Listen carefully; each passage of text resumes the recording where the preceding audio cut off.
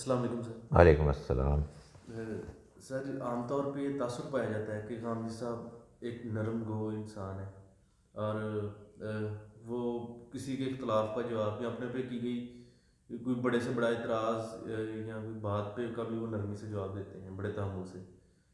تو سر یہ انہوں نے خود میں چیز پیدا کی ہے کہ شروع سے ہی وہ اسی طبیعت کے آدمی تھے؟ میرا یہ خیال ہے کہ انہوں نے اس کو اپنے اندر پیدا کیا ہے۔ میں ان سے واقف ہوں، کوئی پچھلے 42 سال سے میرا تعلق رہا ہے۔ ابتدائی دور میں ان کے اندر تھا جلال، اور وہ اپنی اپروچ میں لوگوں کے ساتھ جب اختلاف ہو جاتا تھا، اگرچہ کہ نرمی پہلے بھی نمایاں تھی، لیکن وہ بعض اوقات اگریسو ہو جاتے تھے، کافی اگریسو ہو جاتے تھے۔ مگر میں نے دیکھا ہے دھیرے دھیرے کہ انہوں نے اپنے اس جو بھی ٹینڈنسی ہے ایگریشن کی، اس کو بہت کم کر کے تقریباً ختم کر دیا۔ بعض اوقات ہی اب یہ جلال ریئر موقعوں پر سامنے آتا ہے۔ اس کی اگر آپ مجھ سے وجوہات پوچھیں تو میرا یہ خیال ہے کہ غامدی صاحب اس بات کے آخری حد تک قائل ہو گئے ہیں کہ ہمارے جو دینی اختلافات ہیں، اس میں اگر بات کسی کو سمجھانی ہے تو وہ دلائل کے ساتھ سمجھائی جا سکتی ہے، اور دلائل کے ساتھ سمجھانے میں اگر کوئی راستے کی رکاوٹ ہے تو اس کو دور کر دینا چاہیے۔ دوسرا آدمی جو آپ سے سوال کر رہا ہے، جو آپ پر اعتراض کر رہا ہے، اس کے پاس سوال اعتراض کرنے کی وجہ ہے۔ وہ اگر آپ پہ غصہ ہو رہا ہے تو یہ بھی اصل میں کسی بنیاد کی وجہ سے ہے۔ آپ اگر جواب میں غصے ہوں گے تو یہ تو ایگریشن ورسز ایگریشن ہوگا۔ تو آپ کو بات سمجھانی چاہیے تاکہ دلیل سامنے آئے، جس کے نتیجے میں دوسرا شخص آپ کی بات پر غور کرنے پر آمادہ ہو اور پھر اسے بات سمجھ میں آئے۔ تو میرا یہ خیال ہے کہ ان کا یہ آخری حد تک کنوکشن ہے کہ سچائی کو اس کے دلائل کے ساتھ پیش کرنا چاہیے اور سننے والے پر چھوڑ دینا چاہیے، اور اس میں کسی قسم کے جذبات کا اظہار نہیں ہونا چاہیے۔ چنانچہ وہ اس کو یہ نہیں ہے کہ ایک سٹائل کے طور پر انہوں نے اڈاپٹ کیا ہے، یہ اس کو لازم سمجھتے ہیں۔ غامدی صاحب اس اپنے انداز کو اللہ تعالیٰ کے اس حکم کی تعمیل سمجھتے ہیں کہ جس میں اللہ تعالیٰ نے یہ فرمایا ہے کہ ادعو الی سبیل ربک بالحکمہ، تم اپنے رب کے راستے کی طرف لوگوں کو دعوت دو حکمت کے ساتھ، یعنی نرمی اور دلائل کے ساتھ۔ چونکہ وہ اس پر کنونسڈ ہیں، اس لیے آپ سخت سے سخت بھی ان سے سوال پوچھیں گے تو ان کے ذہن میں یہی ہوگا کہ اوہو اس کو تو بات ہی سمجھ میں نہیں آئی، تو چلیں میں اب آپ کو بات سمجھاتا ہوں۔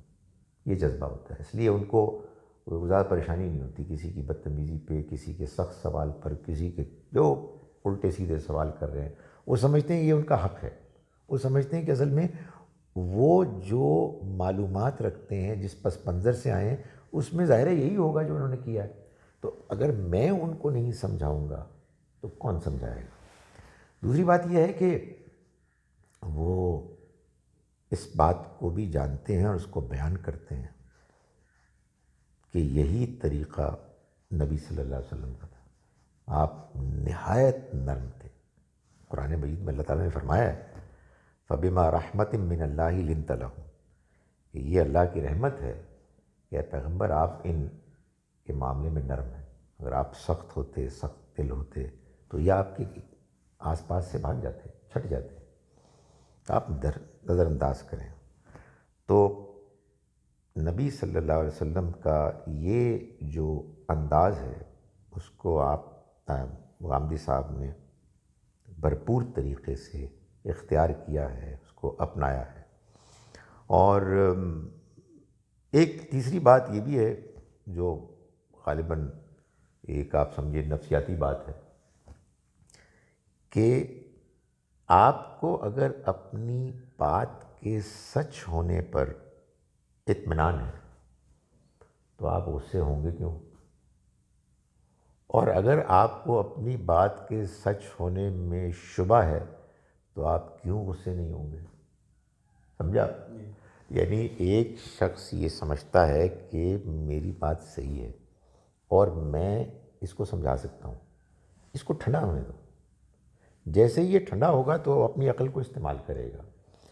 تو میں کہنا یہ چاہتا ہوں کہ چونکہ غامدی صاحب کنونسڈ ہوتے ہیں کہ ان کی بات صحیح ہے اور دلائل کے ساتھ صحیح ثابت کی جا سکتی ہے، اس لیے ان کو تو اس اطمینان کی وجہ سے کوئی پریشانی نہیں ہوتی۔ یہ میں آپ کو ایز اے ٹیچر بتاتا ہوں کہ اگر کوئی شاگرد کتنی ہی سختی سے کوئی ایسا سوال پوچھتا ہے کہ جس کا جواب آپ کو آتا ہے تو آپ غصے نہیں ہوتے، آپ کہتے ہیں بیٹا اس کا یہ جواب ہے۔ اور اگر کوئی شاگرد آپ سے ایسا سوال پوچھتا ہے کہ جس کا آپ کے پاس کوئی جواب نہیں ہے، چاہے وہ نرمی سے ہی کوئی نہ پوچھے، تو ایک میری طرح کا چھوٹا انسان جو ہے اس کو غصہ آ جاتا ہے۔ اگرچہ کہ غامدی صاحب کے ساتھ جو ان کی اب شخصیت بن گئی ہے یہ معاملہ بھی نہیں ہے، وہ یہ کہہ دیں گے کہ بھائی یہ جو آپ نے بات پوچھی ہے یہ مجھے بھی نہیں معلوم ہے، اس کو جانتے ہیں۔ جب آپ کا جذبہ یہ ہو کہ بھائی اس میں کسی کی جانہ داری نہیں ہے کہ آپ کے پاس ہی صحیح بات ہو، اگر کسی دوسرے کے پاس کوئی صحیح بات ہے تو ان سے معلوم کرنی چاہیے۔ غصہ، سختی، برا بھلا کہنا، گالی گلوچ، یہ تو اصل میں کمیونیکیشن بات کو سمجھنے سمجھانے کے راستے میں دیواریں ہیں، تو ان دیواروں کو آپ توڑیں گے تبھی تو بات پہنچے گی۔ اور قرآن ہے کیا؟ قرآن ایک پیغام ہے، اس کو پہنچانا ہے۔ جی سر نو مین از پرفیکٹ بیسیکلی میں یہ کہنا چاہ رہا ہوں۔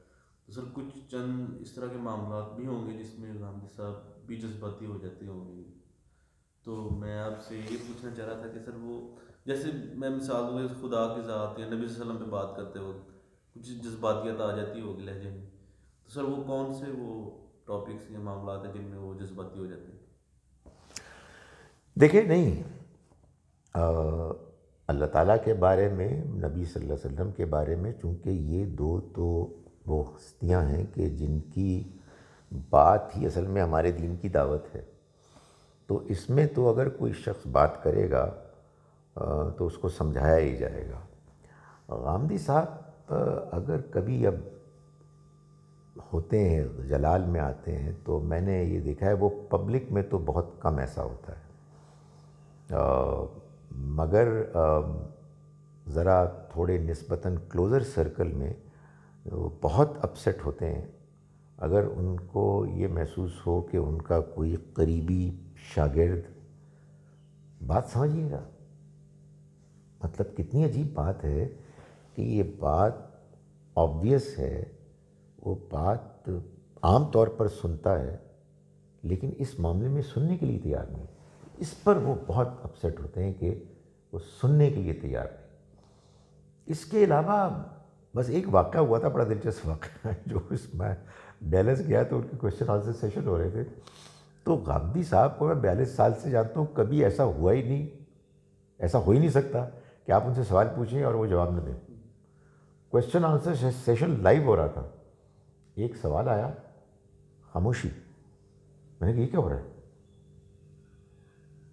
کوئی 1 منٹ کی خاموشی کے بعد اگلا سوال پڑھا گیا اور پوچھا گیا، تو معلوم ہوا کہ یہ پہلے سے طے تھا کہ ایک صاحب محض شرارت کی وجہ سے سوال کرتے ہیں تاکہ ان کو کوئی جواب ملے تو اس کو وہ پھیلا دیں، تو وہ ٹھیک ہے، پھر اس میں یہی رویہ ہونا چاہیے۔ بعض اوقات ایسے لوگوں سے واسطہ پڑتا ہے لیکن عام طور پر وہ جواب دیتے ہیں، نرمی سے دیتے ہیں، اور اسی کے لیے وہ بہت زیادہ ویل نون بھی ہیں الحمدللہ۔ جی سر ان کی سر ملاقاتوں میں سر ایک اور ان کا پرسنالٹی کا بہترین جو پہلو نظر آتا ہے وہ وقت کی پابندی ہے۔ تو سر یہ وقت کی پابندی ایک تو آپ اس پہ کمنٹ کریں کتنی ضروری ہے ہمارے معاشرے کے لیے، اور غامدی صاحب نے اس پہ کتنا خود کام کیا کہ وہ وقت کے پابند ہو جائیں، اور ہم لوگ ان کی پرسنالٹی سے کس طرح سیکھ سکتے ہیں؟ بھائی میں آپ کو یہ بتاؤں کہ جب المورد میں پڑھتے تھے تو جب بھی آپ کلاس میں جائیں وہ پہلے سے موجود ہوتے تھے۔ ایک روز وہ چند منٹ لیٹ ہو گئے، اور وہ اچھا ہی ہوا کہ لیٹ ہو گیا، اللہ میں نے ان کو لیٹ کرایا، کیونکہ وہ جو اپنے اخلاقی پہلو سے جو ان کی ہے نا بہت غیر معمولی چیزیں ان کو بیان نہیں کرتے. اور یہ اگر آپ مجھ سے کبھی پروگرام کریں گے کہ آپ کو غامدی صاحب سے گلہ کیا ہے، تو ان میں سے ایک یہ ہے کہ ان کی بعض بہت اعلیٰ اخلاقی پہلو ہیں ان کی شخصیت کے، مگر اس کو بیان نہیں کرتے، جس سے ایک دوسرا سیکھے. شاید ریاکاری سے بچنے کے لیے، شاید ان کی شخصیت کا یہ پہلو ہے. سو میں کہنا ہی چاہتا تھا کہ وہ لیٹ ہوئے اور اس میں ان کا کوئی قصور نہیں تھا، مگر جب وہ آئے تو وہ بہت اپسیٹ تھے. مطلب اتنا اپسیٹ میں نے کبھی ان کو نہیں دیکھا، یعنی اتنے نرم آدمی لیکن بہت غصے میں تھے. اور انہوں نے کہا جی کہ میں پہلے تو آپ لوگوں سے معذرت خواہ ہوں، میں نے پوری کوشش کی، جن صاحب کے پاس میں گیا تھا انہوں نے مجھے روک لیا، میں ان کو بتا رہا تھا وغیرہ وغیرہ. پھر انہوں نے یہ بتایا کہ دیکھیے بات یہ ہے کہ وقت کی پابندی اصل میں اللہ کے اس حکم کی پابندی ہے جس میں اللہ تعالیٰ فرماتے ہیں کہ تم اپنے وعدوں کو پورا کرو، اپنے عہدوں کا پاس رکھو، اور جس نے وعدے کو پورا نہیں کیا اس کا کوئی دین ہی نہیں. تو یہ اتنی اہم چیز ہے. آپ کو کہیں جانا ہے کسی خاص وقت مقررہ پر، تو آپ کو وہاں پہنچنا اس سے پہلے لازم ہے، دینی طور پر لازم ہے، اس لیے کہ آپ نے یہ پابندی کی ہے، آپ نے اس کا اپنے آپ کو پابند کیا ہے، ذمہ دار کیا ہے کہ آپ اس وقت پر پہنچیں گے. اور اگر آپ نہیں پہنچیں گے تو آپ پھر اللہ کے اس حکم کی خلاف ورزی کریں گے کہ یا ایھا الذین آمنوا اوفوا بالعقود، اے ایمان والو اپنے عہدوں کی پاسداری کیا کرو.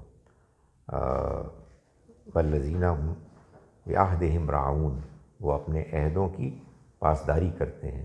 نبی صلی اللہ علیہ وسلم نے فرمایا کہ جو اپنے وعدے کو پورا نہیں کرتا، عہد کی پابندی نہیں کرتا، اس کا کوئی دین نہیں. جی سر، تھینک یو سر، آپ کا بہت بہت شکریہ.